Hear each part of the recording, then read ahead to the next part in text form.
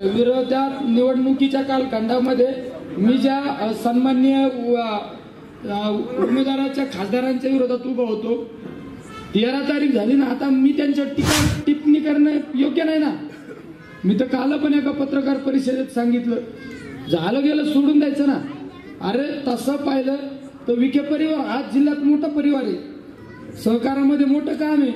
आता काय ठीक आहे, निवडणुकीत त्यांच्या विरोधात बोलणं योग्य आहे, उमेदवार म्हणून मी नाही बोललं तर मला तरी उमेदवार काहीच बोलत नाही, बोललो झालं। कधी कधी माझ्याकडून एखादा शब्द घसारला असेल, त्यांच्याकडून घसारला असेल, मग तेच लावून धरायचं का? पण मी तर हे मान्य केलं पाहिजे ना, जिल्ह्यामध्ये खऱ्या अर्थाने सहकार्यामध्ये मोठं नाव आहे त्यांचं। सहकारी साखर कारखाना मी ज्यावेळेस महाराष्ट्रात फिरतो, मी अभिमानाने सांगतो, पहिला आशिया खंडातला पहिला सहकारी साखर कारखाना पद्मश्री विठ्ठलराव विखेंनी केला। तो मला अभिमान आहे ना, तो अभिमान आहे का? आज पण मी बाहेर गेल्यानंतर मी अभिमानाने सांगतो, जिल्ह्याचे दुग्ध विकास मंत्री महसूल मंत्री माझ्या जिल्ह्यातले, हा पण अभिमान आपण सांगितला पाहिजे ना। काही एखादा विरोधक आहे, मग आपण काय मग त्याच्या विरोधात बोलायचं?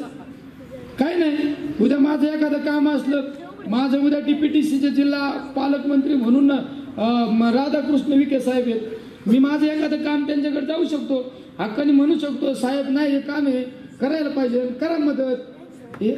असं राजकारण पाहिजे ना, असं राजकारण पाहिजे का? मी त्यांच्याकडे मार्क शिवणी बघायचं आणि त्यांनी आपण लहान माणसाने लहानसारखं वागायचं, त्यांच्याकडे गेलं पाहिजे ना।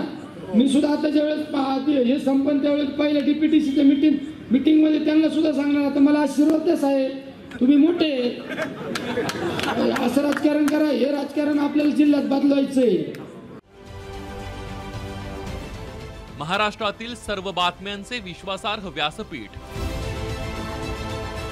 सकाळच्या सर्व सोशल मीडिया प्लॅटफॉर्मला लाईक, फॉलो आणि सबस्क्राईब करा।